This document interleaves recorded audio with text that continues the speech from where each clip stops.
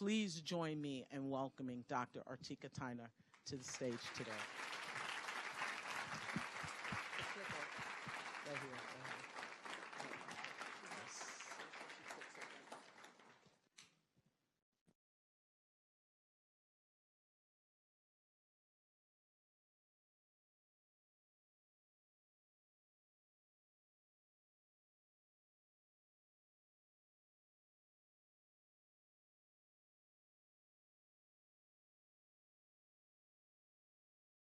It's one thing to identify challenges, but it's another thing to try to come up with practical solutions. So I salute you, Tom, for that engaging opening to set the tone for the Diversity Institute in our training today.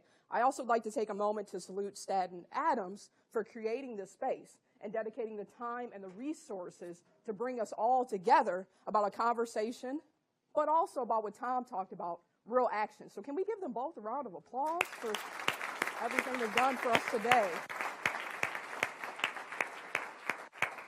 And so today I have an honor and privilege to talk about a topic near and dear to my heart, which is leadership for social justice. This was also the theme of my dissertation, so this has become my life's work, to talk about how each of us can serve as a type of change agents, or what Gandhi talked about, really that idea of how can you become and be that change in every aspect of your daily life.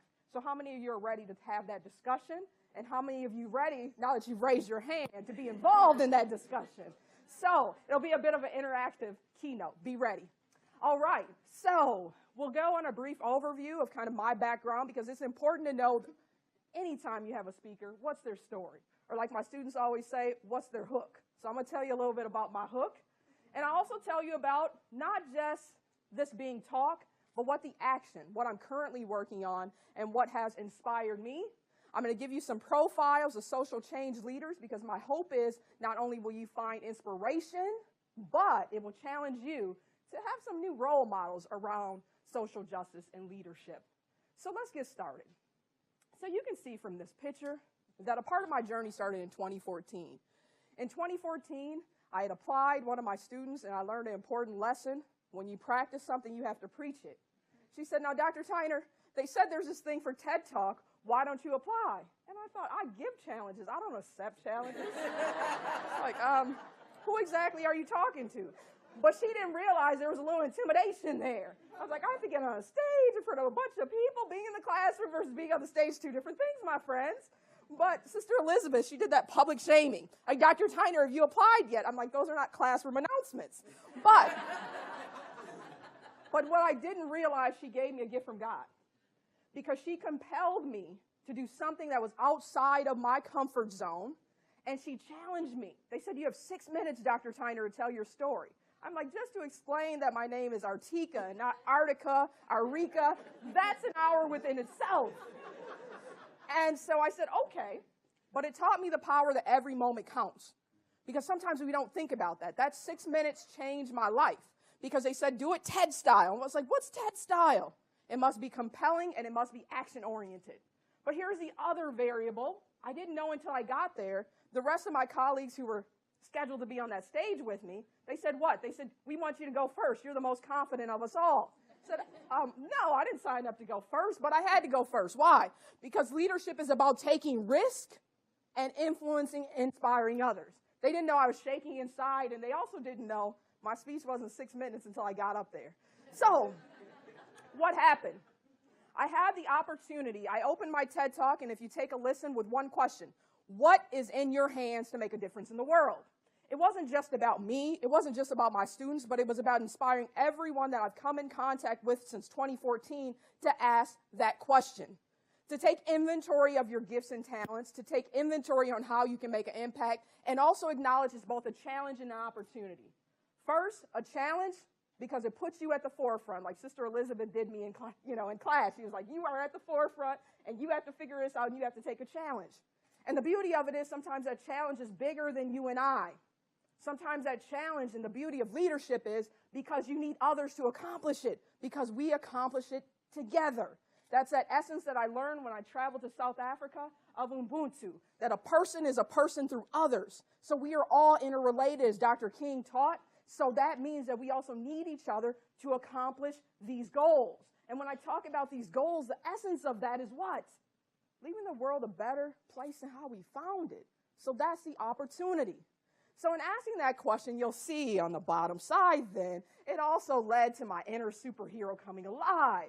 That's when Miss Freedom Fighter Esquire came to the scene. So basically, I wanted to be Wonder Woman with a law degree and an afro. I hope you can see me clearer now. But I had a clear vision of building a modern-day Justice League, not just with my students, but each and every one of you. I don't come to a speaking engagement just for fun. I have enough work piling up on my desk that that's not an agenda for me. I come to a speaking engagement to ignite, inspire, and educate people. Why? Because to have a modern-day Justice League, it's not just about me, it's about a team. And a team of people coming together to use their influence wherever they are to make a social impact. Are you seeing it now? You're seeing the connection, leadership and social justice. Okay. So what does that mean? What has that led me to? So most recently, I thought Tom was going to take my show from me. I was like, let me watch out here. He goes a little bit further about my babies. He's going to take all my data and points that I want to talk about. So let me just give you a little bit of a background. So I started my journey, and what inspired me to become a civil rights attorney was life. How many of you, life's inspired you to do some things? Yeah, life. I'm getting a lot of nods. I'm feeling the passion here. So life around criminal justice and education inspired me. For criminal justice, sometimes we talk about the war on drugs in abstract. We say things like a black boy born in the early 2000s has a 1 in 3 chance of going to prison, a Latino boy, a 1 in 6, and we just throw these data points and statistics out like they're meaningless. Why? Because we say this thing, not my child, right? I don't need you to say amen. I'm okay. I can amen myself. It's easy to look at the data and statistics that Tom and I are talking about today and say, not my child, not my problem. But this very essence of a village approach says it is our children, and it is our challenge to think about what to do. So criminal justice system, it wasn't about the data, it wasn't about the statistics, it was about life.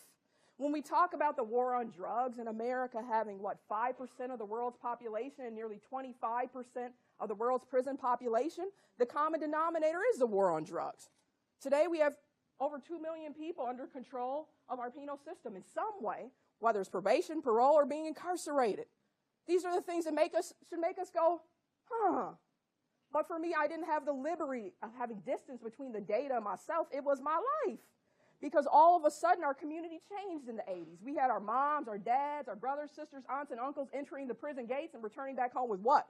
A permanent scarlet letter that read what? F for felon. And many people say, oh, that's not a big deal. But I was on the flight, my Delta flight just a few days ago, returning from Canada. I'm like, we are going to make this a civil rights tour. Let's talk. Somebody said collateral consequences. I was like, yes. I captivated the whole Delta comfort section. I was like, let's go. Let's talk about what that means.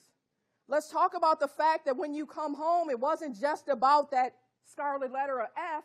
What are the ramifications? So I had some folks talking. They were like, voting? Yes. Jobs? Yes.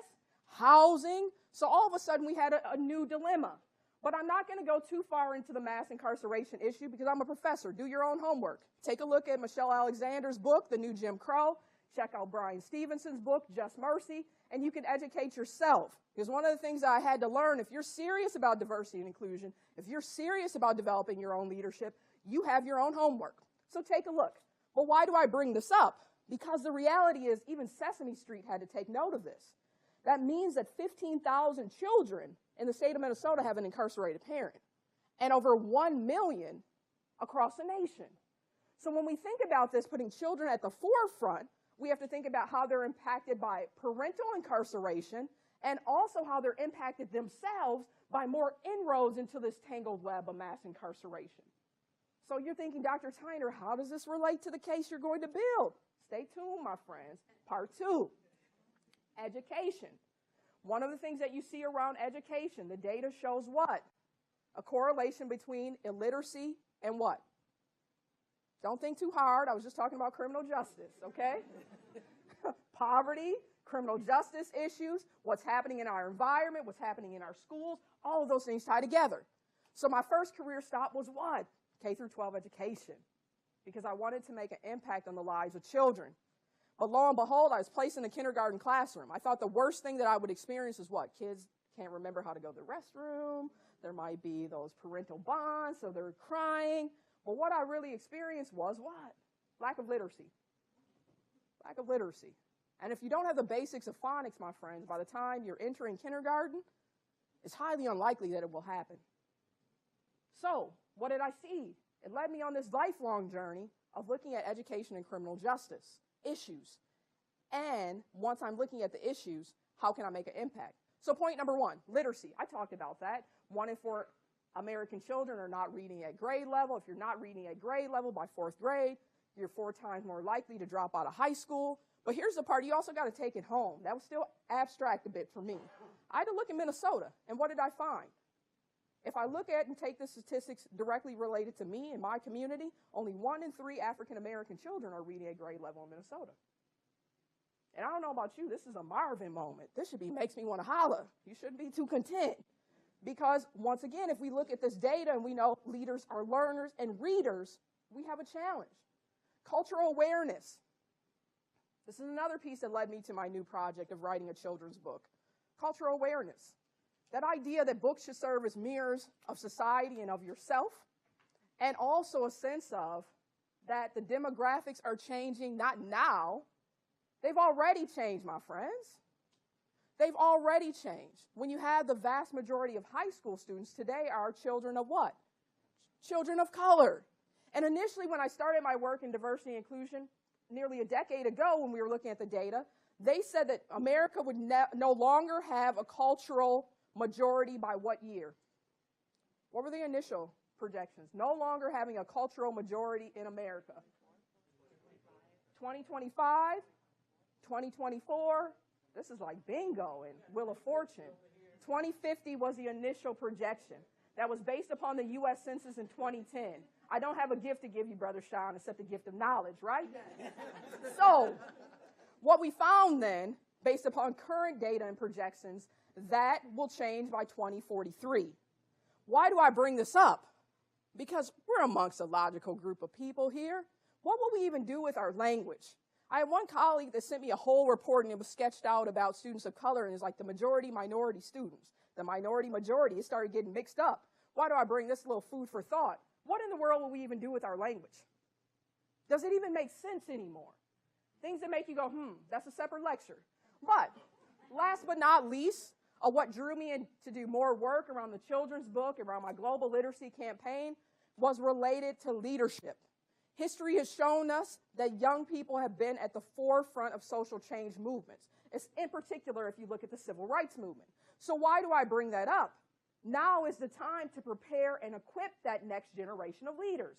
So I give 2 examples. Of course, the Freedom Riders, which were who? Those are the folks that decided to take a seat for freedom, to take a seat to end segregation in public accommodations, in buses and trains and hotels. They decided to take a seat.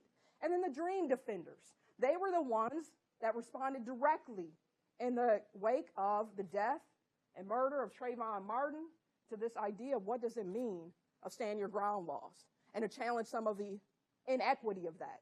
So why do I give those 2 examples? Because, as Tom articulated, young people are the future. But will we engage and equip them to take on their rightful role of changing the world? So that was my blueprint of why I decided to write my first children's book and launch a global literacy campaign this year. But you may be thinking, what does this have to do with you? Of course, I need you to buy a book because all the proceeds go to support our nonprofit. I had to do my commercial. But what does this mean for you, really? You need to build your case for diversity and inclusion, for your organization and for your own personal life.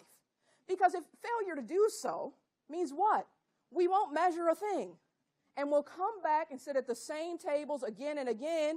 We've brainstormed, we'll write down ideas without any implementation. My practice, and primarily, maybe it's the attorney in me, is data-driven. When people come to my office, they tell me all types of things. And I say, what's the data?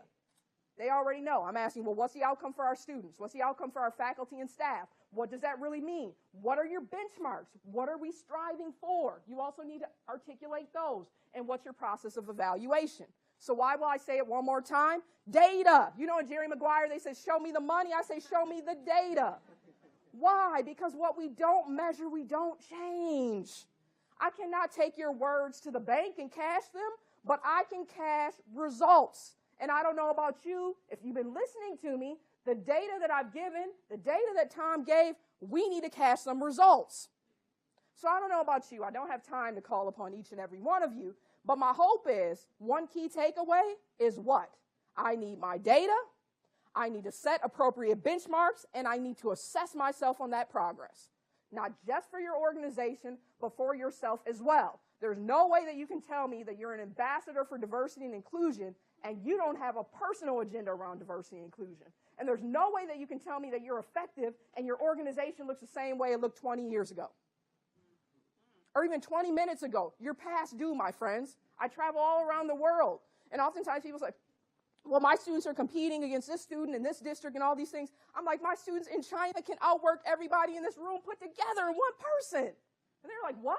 I'm like, my students in China were taking in excess of 25 plus credits, plus taking my class for 0 credits from 7:45 to 9:45 at night. Wake up, my friends. We live in a global world where we are being outpaced, where innovation is happening, and if you're not looking at the world as the standard and looking at the world and how they do inclusion, we've lost. Just a little food for thought. And if you want to add to that, just something to think about, where's the fastest growing population occurring as we look into the future? MasterCard is there on the ground already. My program director and I just are returning back from Ghana, and MasterCard was right on the scene. I kept looking like, MasterCard, you accept every card, but MasterCard is your preferred card. The fastest growing population is where? Throughout the continent of Africa. Notice I said continent, not country. I'm trying to help some folks out. Throughout the continent of Africa. Okay? And what you see there, the added component is, America used to have, on the trajectory of some fast population growth rates, we used to be number 3 globally. Who's outpaced us? Don't guess too long. Take a country in the continent of Africa and you will find Nigeria. So why do I bring this up? Because Nigeria will knock us out of 3rd place by the end of this year at least. Why do I bring this up? Because we have to be intentional both for the business case, and I try to reach everyone, but we also have to be intentional for the moral case of the type of world we want to live in. So let's take a look at this a little more closely. How does this relate to the essence of leadership? So I'll open this up as a question, and I know I have a microphone that I'll bring along as well. I just want to hear a couple words that come to mind when you think about the word leadership. When you think about the word leadership, what comes to mind? All right. When I think about leadership, I think about John Maxwell, and he talks about the 5 levels of leadership. In particular, I like the level 5 and level 4 leaders where they're training other people to be leaders. I love it. Now, Brother Sean's about to take my show with that type of comment. But here's another thing that I want you to think about for adding to your plan, your leadership plan. Because I consult and I go to organizations all over the world. And one thing that I notice is about leaders, they don't have a succession plan. They don't have a succession plan. I want that to sink in for you a bit. Because you should know who can do your work as effective as you. Because we get this idea, I'm irreplaceable. No, you're not. I just told you that. I made that clear. But the second piece is a part of your service and your engagement is to train the next generation of leaders. So what is your leadership succession plan? That's another piece of homework. Yes, please. Who's next? Influence. Influence. Thank you so much. The direct result of your leadership should be influence. Influencing and inspiring others. One more, please. Oh, we got one. See some hands. Saw a hand here. I think about being authentic in whatever your leadership style is to bring the maximum power that you can to that leadership role that you have. Thank you. I learned that the hard way, and it was an expensive lesson for me. I've worn a size 11 shoe since I was in 6th grade. That's pretty uncommon, you know?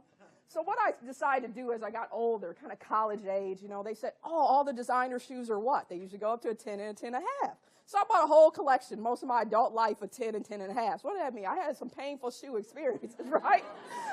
Why do I give this as an example of being authentic? Not just for a few good laughs. Be yourself. Man, I can be more comfortable in a size 11 shoe than a 10 and a half that's an inch and a half too small, right? I can have more liberty as well. Why do I give this as an example and a reminder? Be yourself. One of the greatest authors that I've had a chance to work with, Kwame Alexander. What I love about Kwame has found a whole new genre of writing in rhymes and prose and rhythm, and it feels like what? That you're sitting there having a conversation with Kwame. So about being authentic is to be yourself. And I think my mother said it best. I should coin it at some point and put it on a T-shirt. I have to give her proceeds, right? She'd want her copyright and all the good stuff. But she told me one day as I was struggling with this idea of be authentic, she said, be the best original, be yourself. Changed my life. She said, be the best original, be yourself. I used to go in the courtroom, I'm like, I want to be like Perry Mason, Judge Judy, all these things, It's like, be yourself.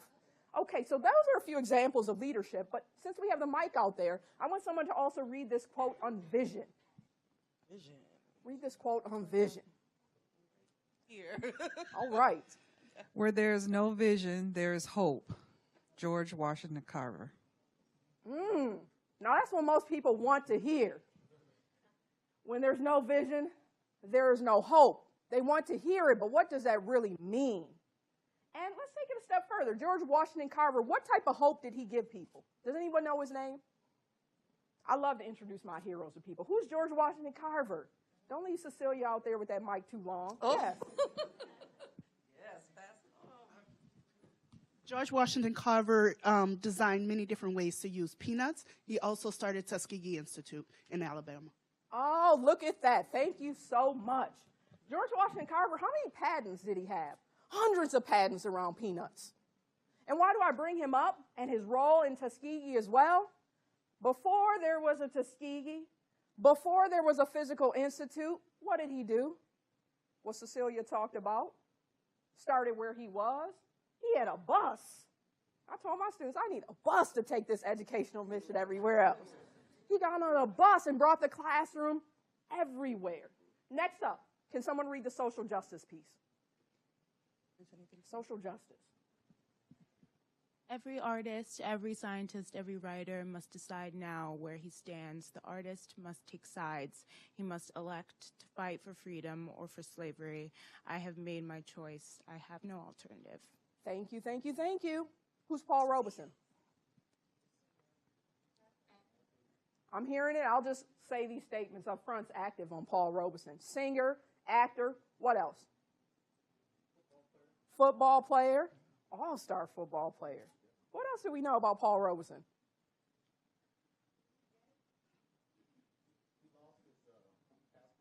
He lost his passport. Let's go there.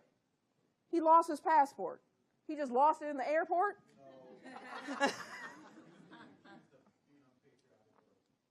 He was being accused of being unpatriotic. So basically, we could substitute that every leader must decide now where he stands, or where she stands, or where we all stand together. So why does Paul Robeson bring this up? Because social justice, once again, is about action, commitment, and courage. He didn't lose his passport at the airport. He was brought before a Senate confirmation, before a Senate hearing, and it focused on whether or not he was patriotic. But what you need to know about Paul Robeson is not just that he was all those things you talked about, but he was also a great philanthropist and one of the most well-respected men of his time, and also reached a level of significant wealth. But sidebar here, remember when I talked about leadership succession planning? Who was his key mentee? Does anyone know? Deo. Somebody help me out. Don't leave me on my own. Daylight coming. Come on. Thank you. I was like, y'all was making me suffer on this one. Yeah, Harry Belafonte. And he taught him an important lesson. If you could get people to sing your song, they will want to know your story. I'm going to read that again, just for my mental intellect here. If you get people to sing your song, they will want to know your story. That's the power of passion. That if you can share your passion, you can make an impact. If you can share your story of why you're passionate about leadership and social justice, you can make an impact. Last but not least, service. Can I have someone read this, please? Oh, you're ready. Thank you. Service. Melissa. You copied my style back there, Cecilia. I just, hand the She mic. caught me. Service. If I am not for myself, who will be for me? When I am for myself alone, what am I? If not now, when? Okay, Rabbi Hillel gives us a sense, and why I bring this particular quote up, because it's easy to get caught up in the first thing. If I'm not for myself, who will be for me? That's living in a life of scarcity, that there's not enough. If I mentor, if I help somebody else, if I tear down some barriers, what's left for me?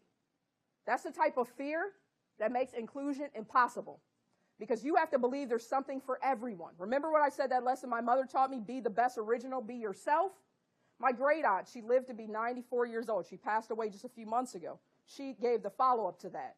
She said, when you were created, the cloth was thrown out. You know, they were seamstress and domestics. What she was saying, there will only be one you. Make your mark. Make your mark. But here's the next piece. When I am for myself alone, what am I? What am I? Am I an island by myself? Or am I collective with a community? He's asking the critical life questions. But here's the compelling one, that most people who have followed this idea of a social gospel, of activating faith, or just in essence of activating morality, if not now, when? When? Will it be me? Can I make an impact? Will it be someone else? And what is my mark? What's the purpose of this whole thing? What do I seek to achieve? So many people will walk up to me and say, well, you have this all figured out, your life's purpose. No, I don't.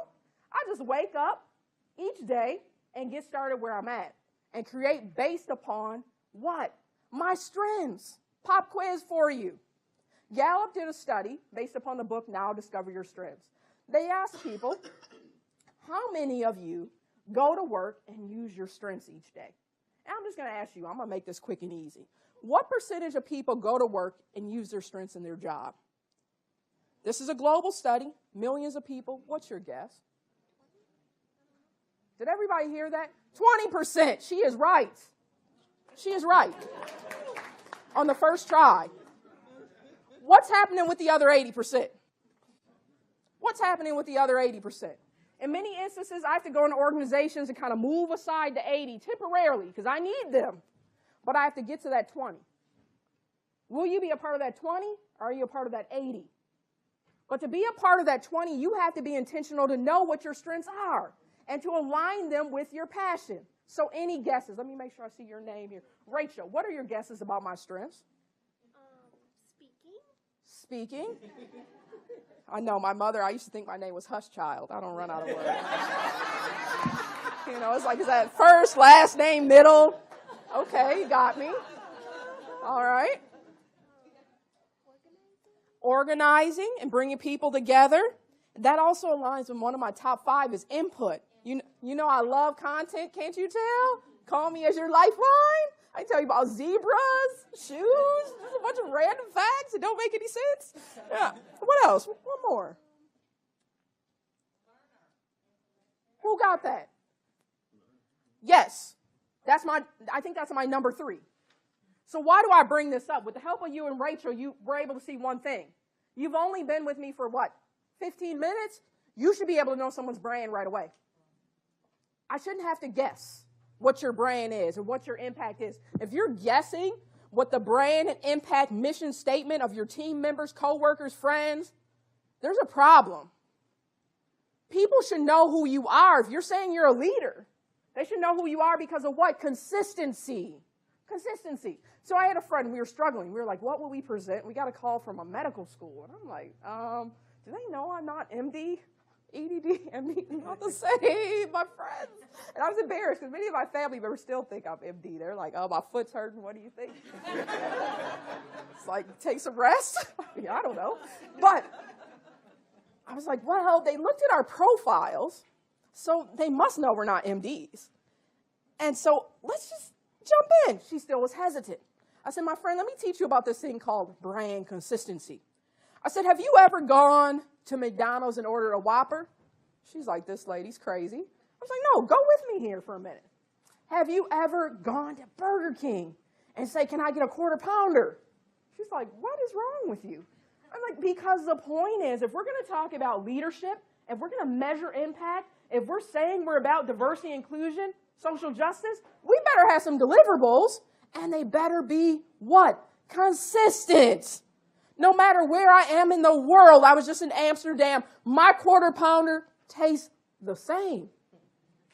Even though I don't really like hamburgers and things, it tastes the same. It's like, at least, and why did I buy it? Because I knew it would. I knew it would.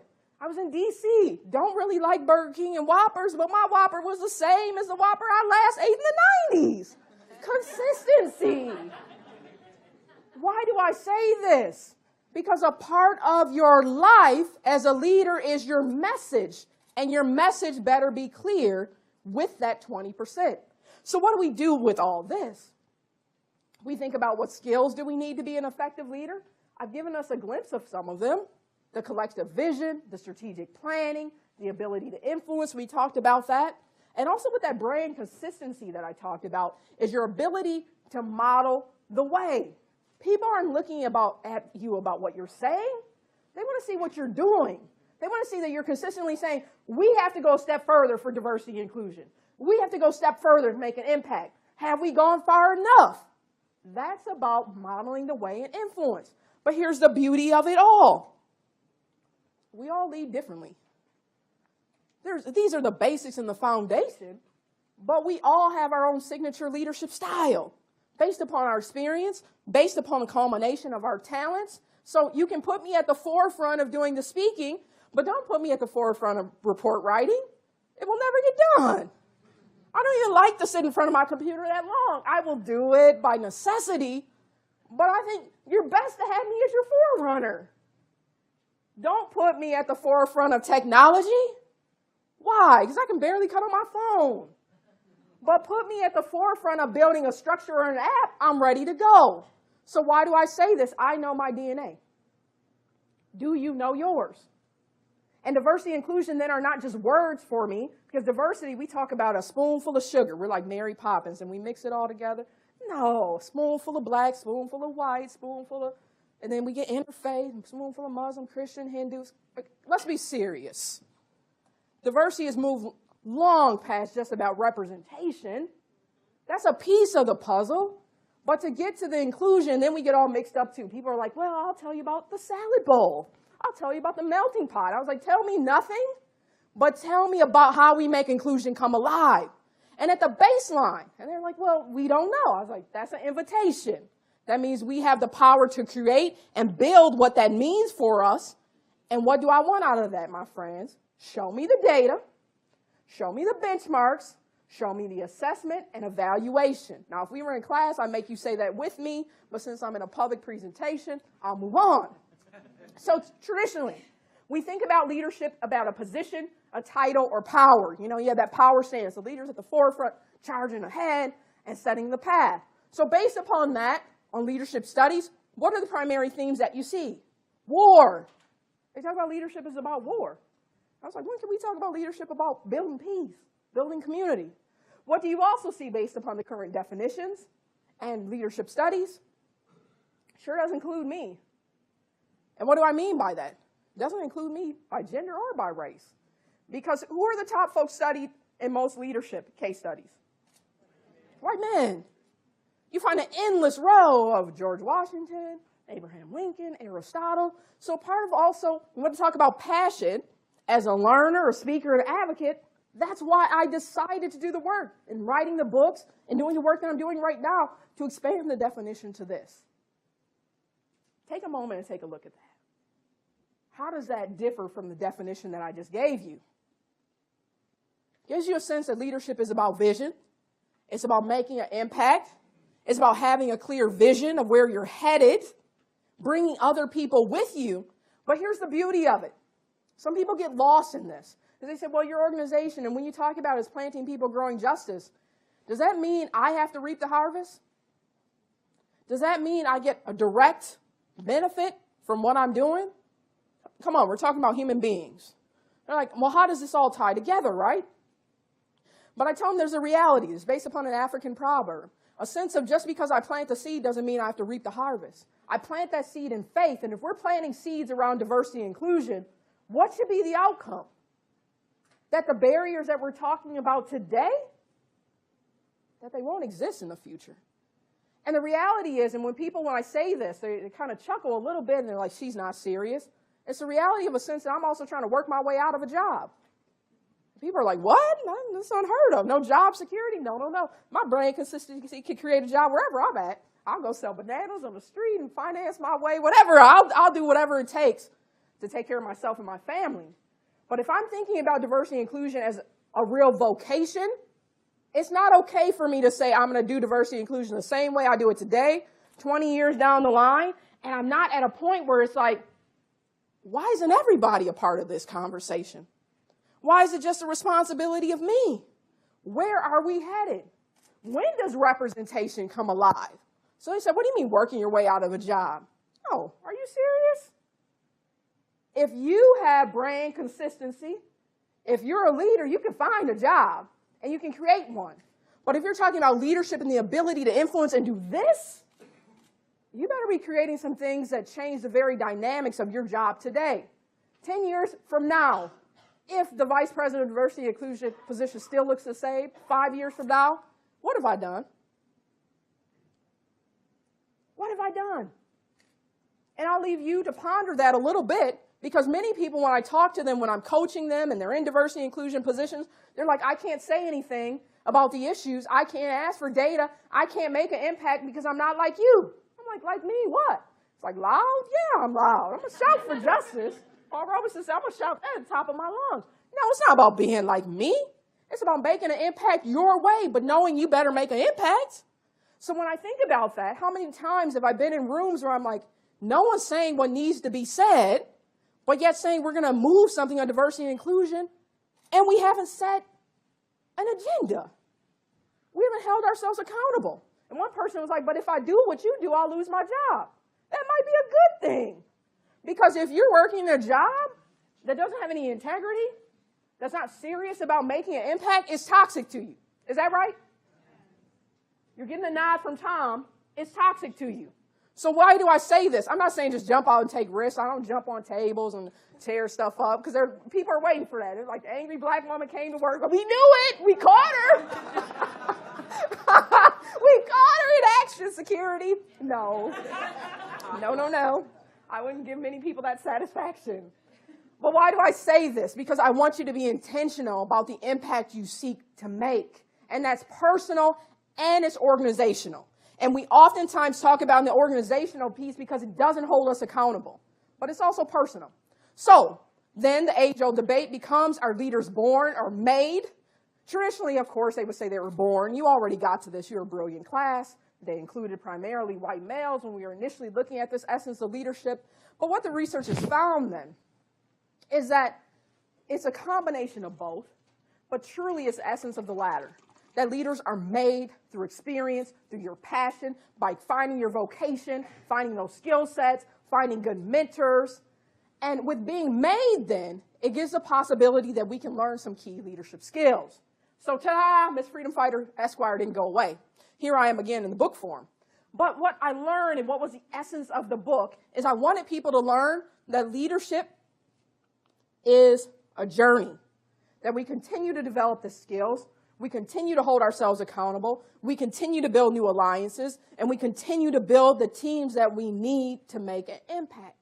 So when we look at this specifically, the earliest lessons you can see here, I put one of the illustrations from the book. This is my grandmother and I. You see a little resemblance? So that's what Hush Child looked like at about 8 years old, okay? So why do I bring this up? I'll give you a moment to take a look at the list, and then I'll tell you a little bit more about this particular slide.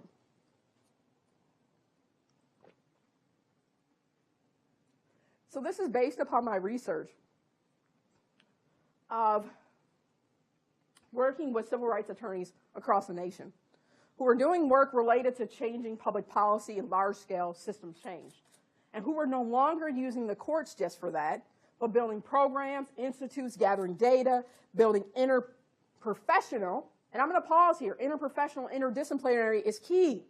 A piece of my work, I wouldn't know this without working with the state demographer. I wouldn't know this without working with K through 12 educators. I wouldn't know what's going on with the prisons if I wasn't working with wardens. Why do I say this? Because the complexity and layers of the social justice issues that we fight right now requires all of us to bring our gifts and talents, our strengths, and our professional discipline to bear. So here's your turn to think about this. I want you to just take a moment to get the vision in your mind Who inspired you about the themes of leadership and social justice? For me, it's obvious. You see my grandmother, Nellie Lightfoot, who actually, our family home was not too far from here, so it brought back good memories over on Upton.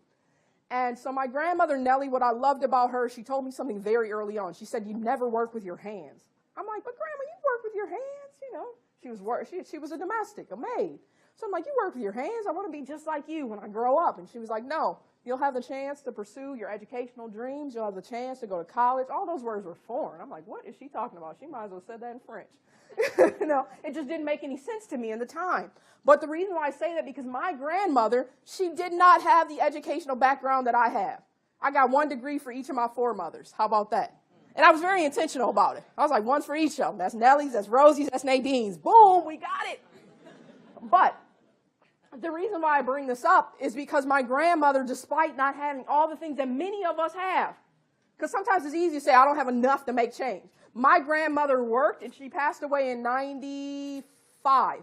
She worked each day and made how much per day in 95, all the way up to when she died? Cleaning houses all day long. She made on the average $25 per house. And I know many of you are making more than $25 in a day's time. Might not be what you want it to be, but I know you're making more than that. So why do I bring that up? She didn't have money. She didn't have all the education and resources in the world. But what did she decide to do? Lead from where she was. My grandmother was at the forefront. You asked for a donation for anything, she's like, boom, here you go. You asked her to do something for somebody, okay, got you. And she had little, but she did more than what many of us do with a whole lot. So why do I bring this up? Now, Cecilia's going to be ready for you. She's going to just call on some people because I know everybody in here can handle this next exercise. What we're going to do is start to take a look at, just briefly, some of the folks that I profiled in my book. Because you've heard my story, but I think you need to hear a few more stories to get inspired. So we're going to go through this quick and in a hurry. I know my time is getting limited here. So be ready when Cecilia calls upon you. First up, Dr. Wangari Maathai.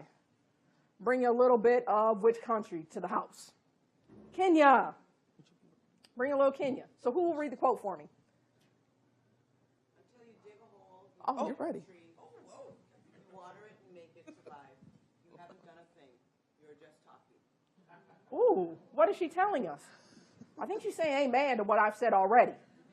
Unless you have a plan, unless you have the data, unless you have a strategy, you're not doing a thing. You're just talking.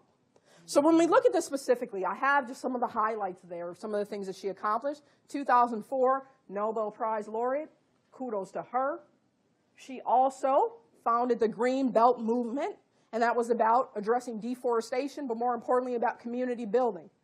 Millions of trees planted because of her work and her legacy. Next up, Charles Hamilton Houston. Can someone read this one for me? I got somebody right here. Oh, you got some? Oh, we're set. A mouthpiece for the weak and a sentinel guardian against wrong. What's a synonym? Does anyone know? Does anyone know? Call it out. It's all right. Cecilia can't jump through the tables. A watcher, someone who stands at the watchtower, like a soldier. So he's saying that's what a lawyer is, but I want to substitute and say that's what a leader is. And why do I bring up Charles Hamilton Houston? He was my inspiration for becoming an attorney. What do we know about Charles Hamilton Houston? He laid the blueprint. Dr. King said basically that he made, freedom's highway. He laid the blueprint for the case of Brown versus Board of Education. And I was out at Dollar Tree buying black dolls and turned it into a Brown versus Board of Education Super Bowl Sunday. They're like, lady, check out this lie. I couldn't believe it. They're all looking at me like, why are you buying all these black dolls? So I was like, I'm headed back to Ghana. They're like, so what? Check out this lie so we can get our Super Bowl stuff. And then finally I said, there's a history to this. And it was like the whole world stopped for 3 minutes. And I got my platform. And I said, Brown versus Board of Education. The case that made it possible for us to be in schools together, but also that broke down. We talk about identity and cultural heritage. The Dr. Clark case. Dr. Clark said, it's bigger than just sitting next to each other at school. It's about identity. It's about the fact that black kids and looking at a black doll versus a white doll said what? The white doll's better, smarter, prettier. Charles Hamilton Houston was about that process of socialization that said, and still yet says today, everything black is wrong, everything white is right. Charles Hamilton Houston said, not so. And he fought against that essence through the law. And the beauty of what I want you to know about Charles Hamilton Houston, we don't labor in vain. It's a process. He didn't live to see the fruits of his labor. Why? Because he didn't start off with schools, with K through 12. Where did he start? He started off with law schools and graduate schools. He wanted to prove how irrational this was. So you're going to build a whole law school for me? One black student? They were like, yes, you're just not coming in here. Yes, they were like, yes, we'll build a whole graduate school, separate, and hey, it looks equal. We don't want you here. And this is why am I spending time here? Because there's a legacy and there's a history in America that we don't want to talk about. That's during my mother's lifetime. I mean, we were sitting down eating dinner, and she was like, yeah, I desegregated my high school. I'm like, what? That was our grandmama's grandmama's grandmama. And she was like, no, just right here in Minneapolis. I'm like, time out. My friends are all like, huh? She forgot her memory? They're looking at her like, where did she come from? It was like she became an alien or something. Mother desegregated her own high school here in Minnesota. We want to make everything sound a billion years ago. I was thinking back, and I was trying to write our family history and legacy. I'm like, are we just 3 generations off of slavery? And the irony is, I met 2 of the generations. I was just one step off meeting the 3rd generation during my lifetime. Why am I belaboring this point? You have to know your history to know where you're headed. So who was Charles Hamilton Houston's mentee? This would be my last thing, because I could do a whole lecture on this. Thank you, my friends. Justice Thurgood Marshall.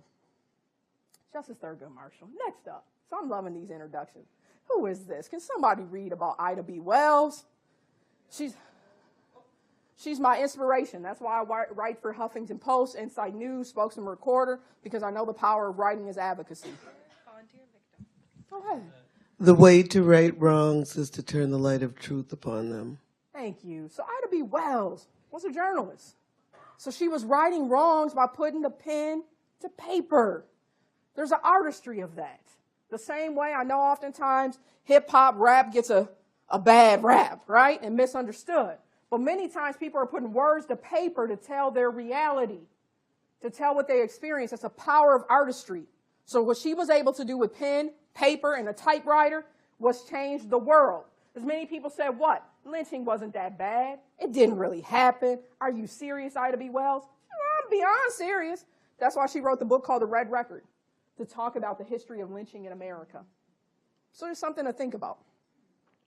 Next up, this is about someone who had a legacy of inspiring the next generation of young people. In Swahili, she was referred to as fundi. Basically, fundi is the essence of creating opportunities for someone else, almost like an apprenticeship, that you have a clear sense of yourself as a mentor and teacher to the next generation. Can someone read this quote, please? We have someone right here. Thank you. Give light and people will find the way. Ooh, sounds like a powerful quote on influence, huh? Give light and people will find the way. Can somebody help me out with these acronyms? What was she a part of? Can you name them out for me? NDoubleACP? Yeah, what are they though? All civil rights organizations. Help me out. The NDoubleACP stands for what? Thank you. SCLC? Y'all stopped on the C. Council, conference. You're like, okay, conference. SNCC. This is her work related to youth. Thank you. Thank you, thank you, thank you. Known as SNCC. So who else do we know as a legendary person connected to SNCC? And I had a chance to meet him, last year. It's an honor for me. Congressman John Lewis. And you notice what his message is right now about leadership? He's like, be a troublemaker. He's like, wherever you go, tell people to be a troublemaker. Fight against the status quo. If you know the data Tom gave about our babies and the struggles and the support they need, be a troublemaker. Talk about it wherever you go. But as my students say, don't just talk about it, be about it. What will you do about it is the other question. Next up, you already had an introduction to him, but I still want someone to read the quote, is Paul Robeson. The answer to injustice is not to silence the critic, but to end the injustice. Ooh, that one I'll let you interpret for yourself. I think it's very clear and concise, because sometimes we want to put a Band-Aid on issues. We'll say, oh, it's not that bad. Nah. And you're the victim. Why don't you become the victor? We'll turn it to the person who's bringing up the issue.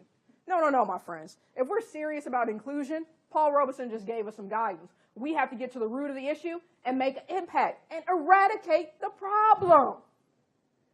I'm getting a little tired and weary of folks who are willing to just shake the tree branches and can't tell me anything about the root of the issue. I'm not looking for you to tell me about just what the symptoms are. Get to the root of the issue. Does that take time, courage, and deliberation? Of course. But we know those three things are the recipe of social change. Next up, Shirley Chisholm. Shirley Chisholm.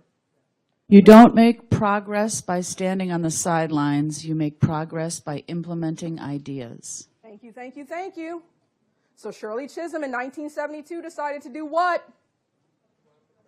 Run for president of the United States. They told her it could not be done. But she said, I will do it anyway. I love people that say, I will do it anyway. And what was her tagline? That she would be a candidate for the people. So why do I bring up all of these examples? And what do they all have in common? An opportunity to challenge you. What will be your leadership legacy? What will people say about you? What will they say about your impact? And how will you, based upon the diversity of everyone that you've seen, how will you use what you have? You notice they all had different skill sets, different strengths, but they used what they had to make an impact. So let me tell you, last part's about the journey. The journey just didn't begin here. We've taken the journey around the world, and that's courtesy of, and I actually want to give her a round of applause, Monica Habia, our program director at the university. So the reason why I'm going to give her a round of applause, because she had the vision and foresight to say, my native home country is Ghana, and I want to do something around inclusion for women. So I want to give her a round of applause. Woo! Yeah.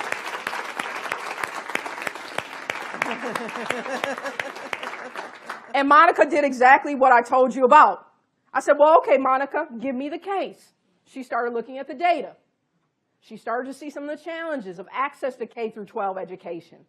She started to see some of the opportunities. Where were women thriving in Ghana in the economy as entrepreneurs? And she was like, how do you engage the mothers and the grandmothers? And then what did she also do? She started to set some benchmarks for herself. How do I engage youth? What strategies will I use? What are the learning objectives once I connect with the young women? So why do I say this? Because she didn't come into my office like most people do with a problem. She came as my student, 4 or 5 years ago, with some key solutions. I can build on solutions, I can't build on problems. So I say that because if we're really going to make meaningful progress, this trip wouldn't have happened without Monica setting into motion the idea of going to Ghana and making an impact. I've gone since then, since Monica has made this happen 3 times in the past year and a half. Why? Because she set a clear agenda, and I knew that I can make an impact by using my gifts and talents. She showed me as a leader on what I could do. And she didn't go against my strengths. What did she do? She put a mic in my hand. I was like, I can train the girls. I can help folks set up businesses, but I'm not the logistical director. She can tell you I get lost in Ghana all the time. It's like, no street names, no place. Where am I? Where am I? Send me a sign where I am. So, yeah, she knows she has to walk me to every speaking engagement. But once I get there, put the mic on, I'm ready. Why do I give this example? Practical example that we are stronger together than apart. I never would have thought of going to Ghana. Be on a vacation, I would have said, oh, I'll go to the slave castles, I'll do a little learning. But I didn't think about how my work can make an impact. So I give this as an example because as a leader, you have to unleash the potential in someone else. They're not going to come up to you and say, Tom, some people will, but most people won't see the full potential of what they can do.